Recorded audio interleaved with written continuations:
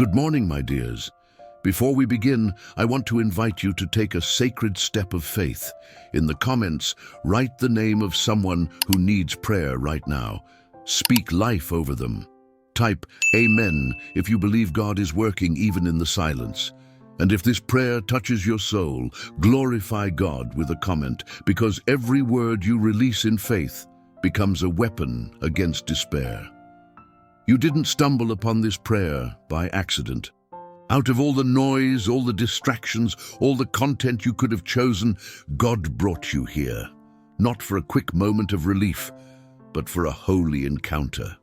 Right here, right now, heaven has something to say to the heaviness you've been carrying, something that goes deeper than answers, something that doesn't just fix, it transforms. You've waited, you've believed, you've surrendered more than you ever thought you could, and still, it feels like the ground hasn't moved. But what if this silence is sacred? Isaiah 30:18 tells us, "The Lord longs to be gracious to you, therefore he will rise up to show you compassion. For the Lord is a God of justice. Blessed are all who wait for him." There is blessing in this pause.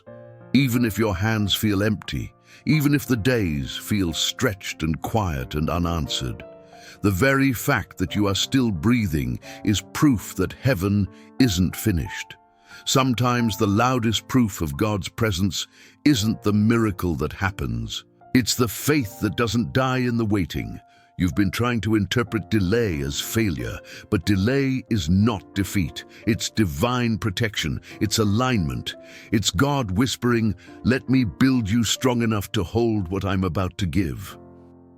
He knows the weight of the prayers you've prayed, the kind you didn't say out loud, the tears on your pillow, the strength it took to smile when your heart was fractured. And he's not ignoring any of it. He's gathering every broken piece, every unspoken ache, and he's working behind the veil. Psalm 27:14 says, "Wait for the Lord, be strong and take heart, and wait for the Lord." Not passively, not with bitterness, but with holy expectation. Because waiting is not wasting, it's planting. And what's planted in faith will always rise in power. Even now, beneath the surface of what you can't see, God is breathing over your story. There is a moment coming, a holy collision between your perseverance and his promise. But right now, in the in-between, he's doing the deeper work, refining your trust, burning away every false anchor, unraveling the lie that you must earn what he gives freely. You don't need to perform to receive. You don't need to be perfect to be loved. You don't need a plan to be held. You just need to be willing to stay in the waiting room without walking away. Because here, in this sacred stretch of silence, you are not alone. You are being strengthened.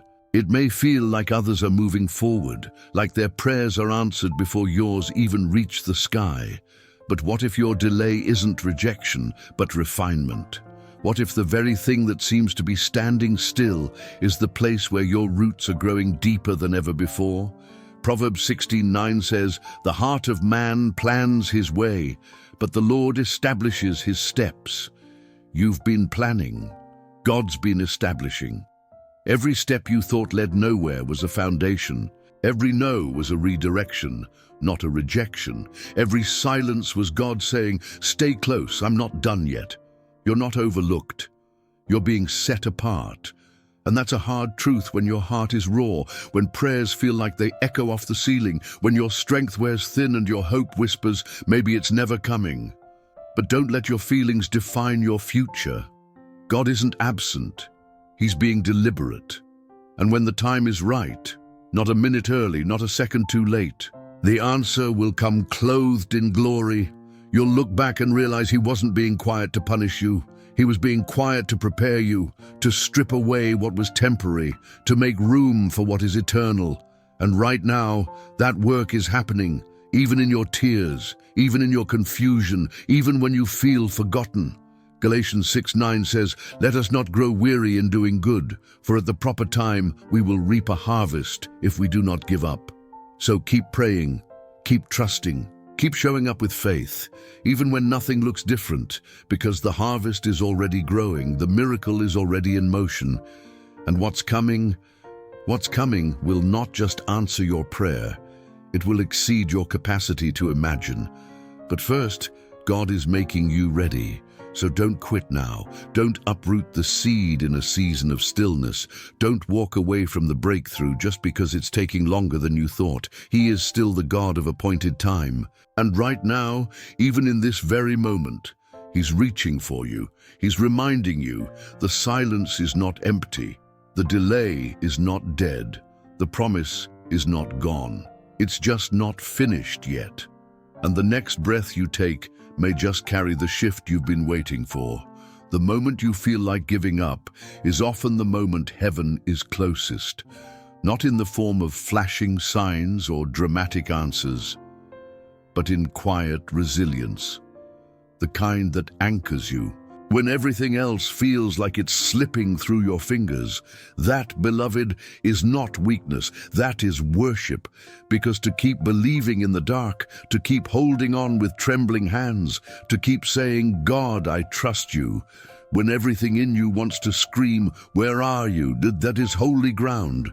You may not see the evidence yet, but faith was never about evidence. It's about trust. And trust is never forged in comfort, it's forged in surrender. Right now, you may be surrounded by silence, but silence doesn't mean God is absent. It means He's still shaping the outcome, and maybe even more than that, He's shaping you. Lamentations 3:25 declares, "The Lord is good to those whose hope is in Him, to the one who seeks Him." This season of waiting, this stretch of unknowing, it's not a punishment. It's a proving ground. He's proving to you that your identity is not in what you're still waiting for. It's in who He says you are. Loved, chosen, held, even when your hands feel empty. Some of the most beautiful transformations in Scripture happened in hidden places, in caves, in deserts, in prisons, not on stages, not in front of cheering crowds, but in isolation, in stillness, in fire, because that's where the refining happens. God could answer everything right now. He could open every door you've been knocking on for years, but instead, He waits. Why? Because your heart matters more to Him than your speed. Because the version of you He's building in the quiet is the version strong enough to carry what's coming. You don't need the answer right now. You need the strength to hold the answer when it comes. You've been asking for the destination. He's been fortifying your foundation. You've been longing for the spotlight. He's been cultivating the oil in the secret place. Because when the doors open, and they will, you won't walk through them empty. You'll walk through them with wisdom, with discernment, with scars that speak of battles won in silence, and with the kind of humility that only the waiting can teach. Psalm 135 says, "I wait for the Lord, my whole being waits, and in His word I put my hope." Not in outcomes, not in timelines, not in other people's opinions, but in His word, His voice, His character. That's the kind of hope that doesn't disappoint, because it doesn't hinge on visible progress. It anchors in eternal truth. You may feel behind. You may feel forgotten. But God doesn't measure progress the way we do. He doesn't follow our schedules. He doesn't compare your story to anyone else's. And maybe that's the exact lesson He's been writing into your soul. That you don't have to race, you just have to rest. Because resting in God is not passive, it's not weakness, it's warfare. It says, I don't have to fix this. I don't have to chase validation. I don't have to prove my worth, I already have it. And that posture, that stillness, becomes a weapon in the face of spiritual pressure. You don't have to keep striving, you've already been seen. In John 11, when Lazarus was sick, Jesus didn't come right away. He waited, on purpose, not because He didn't care, but because the delay would create space for something greater, not just a healing, but a resurrection. You've been asking for something to be fixed. God is planning for something to be raised, something deeper, something eternal. His delays are never careless, they are intentional. What looks like a late arrival is often a perfect unveiling.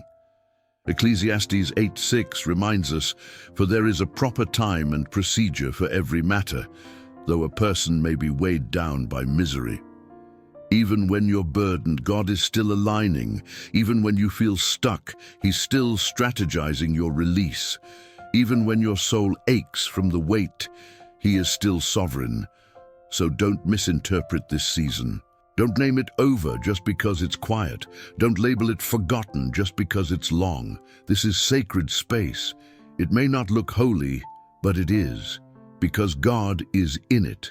And right now, this prayer is not just filling time, it's filling you with truth, with strength, with the breath of heaven. You are being rebuilt from the inside out, and the moment that once felt like it would never come is already moving in your direction. The miracle isn't late, it's just arriving in pieces. Each day, one step closer, each surrender, one layer deeper. You don't need to know how it will happen. You just need to keep saying yes. Because breakthrough doesn't begin at the finish line. It begins right here, in the decision to believe again. And maybe today, that belief is shaky. Maybe you're tired of hoping. Maybe you've whispered prayers that felt like they disappeared into space. But I promise you this. Your tears have been caught. Your faith has been seen. Your future is still alive. And the same God who saw you in the wilderness will be the one waiting at the edge of your breakthrough. You haven't missed it. You're just being made ready. So don't close your heart now. Don't walk away from this moment, because what's next, what's coming in the next breath, is not just for your relief, it's for your transformation. There are moments when the soul grows quiet, not out of peace, but out of exhaustion, when the prayers feel heavy, and hope feels like it's whispering from the edge of your faith. But listen closely. That silence is not the end of your story. It's the beginning of your becoming. Because what if this isn't a battle to be won, but a furnace to be endured, not to destroy you, but to refine you into someone unshakable? Zechariah 13:9 says, "I will put them into the fire and refine them like silver and test them like gold. They will call on my name, and I will answer them." God doesn't use fire to punish. He uses fire to purify, to melt away the fear, the striving, the false identity, to leave behind only what can stand. And beloved, you will stand. You were never meant to walk through life untouched. You were meant to walk through it transformed. That's why this weight feels like fire, because it's burning away everything that can't go with you into the next season.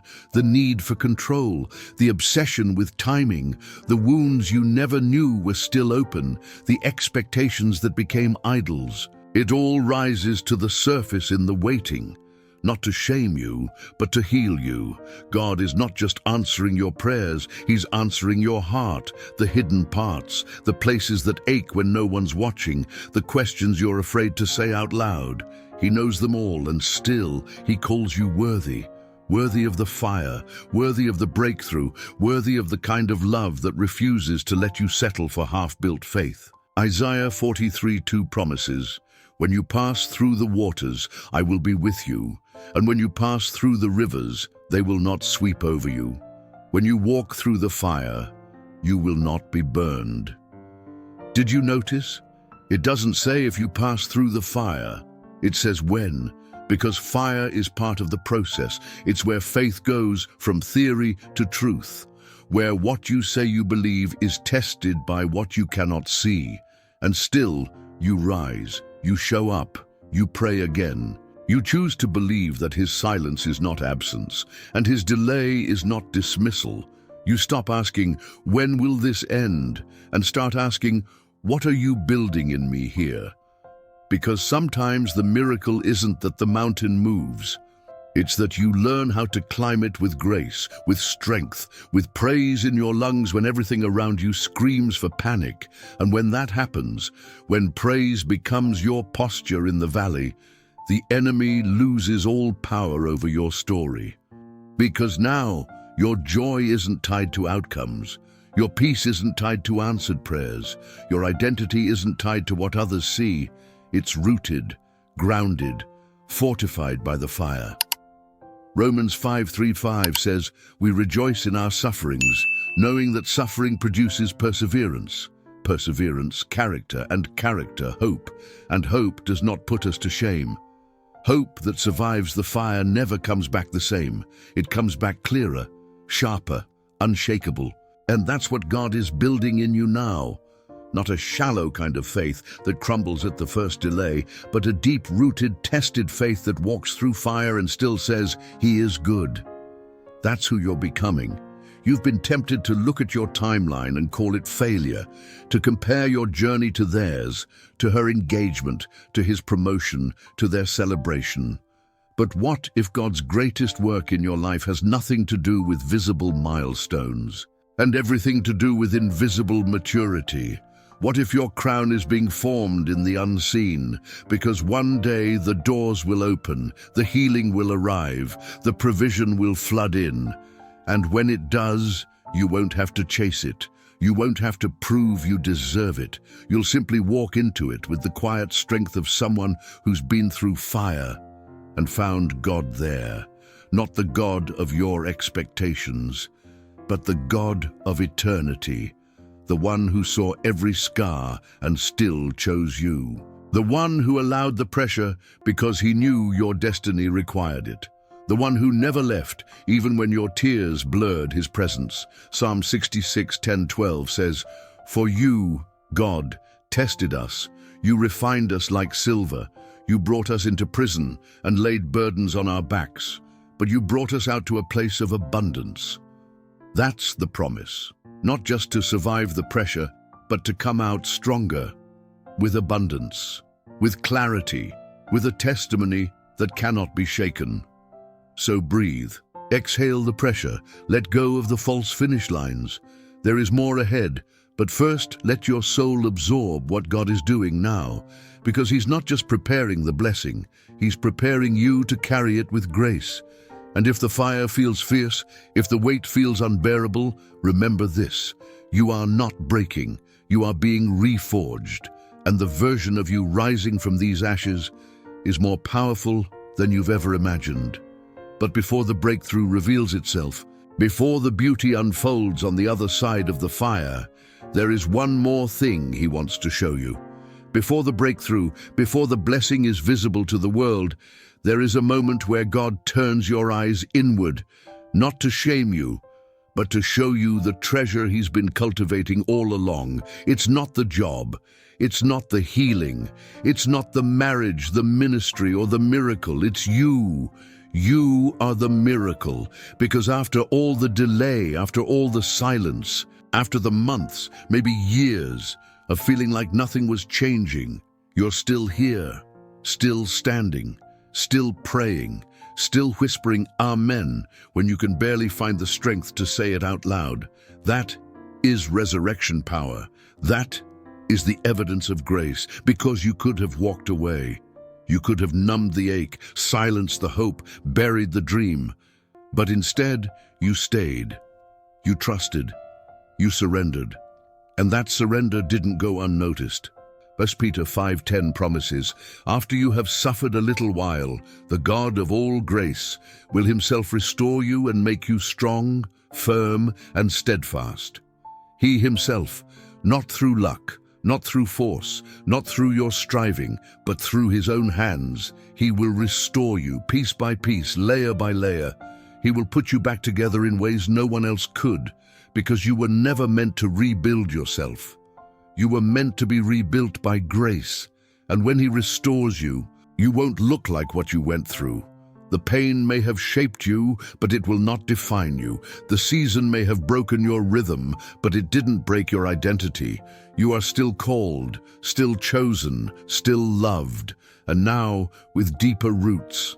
Now with eyes that see differently. Now with a heart that knows the difference between the temporary and the eternal. God didn't bring you through this just to give you answers. He brought you through to give you authority. So when you speak, There's power behind it.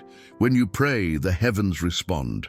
When you walk into rooms, you carry peace that cannot be explained. You've become a carrier of the fire that once threatened to consume you. And that fire? Now it lights the way for others, because your waiting wasn't just about you. It was about every soul who would later look at your story and say, if they made it, maybe I can too. Your scars are not a source of shame.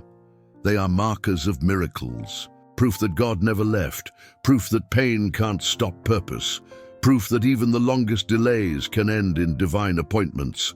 Psalm 41:3 says, I waited patiently for the Lord. He turned to me and heard my cry.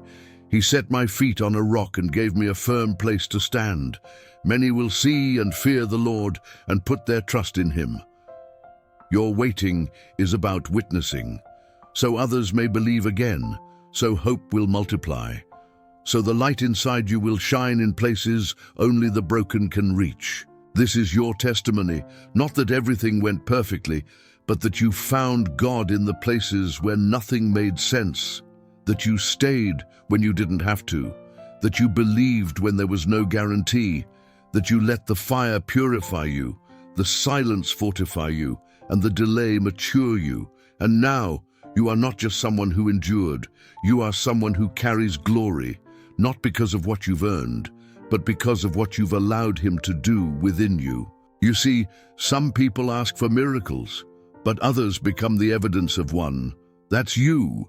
Not because you figured it all out, but because you stopped running and let God finish the sentence that pain tried to interrupt. He was never writing your story in pencil. It was never fragile. It was never dependent on your perfection. And now, as this prayer draws to a close, there is one more thing I believe he wants to deposit in your heart. It's peace. Not the kind that shows up when everything makes sense, but the kind that holds you when nothing does. The kind that says, even here, I am safe. You don't have to wait in fear anymore. You don't have to fight for worthiness. You don't have to strive to be seen. You are seen, you are safe, you are sealed. He who began a good work in you will complete it. So breathe deep, let the pressure fall off your shoulders. Let the anxiety bow at the feet of peace. Let the fear of missing your moment dissolve in the presence of a God who never misses his. Now is not the time to give up. Now is not the time to let go. Now is the time to rise, not in your own strength, but in his promise. And if you're still believing, still trusting even with tired hands, write in the comments below, I'm still here. Because that simple phrase carries the weight of your testimony. It says, the fire didn't destroy me, the weight didn't break me, the silence didn't steal me. I'm still here. And God is still working, so stay in position, keep showing up, because the time is coming, and when it does, it will come quickly, clearly, undeniably, and you'll know it was him. If this prayer spoke to your heart, like this video, and subscribe to the channel. It helps us reach more people who need this word today. Let's spread faith together, one heart at a time.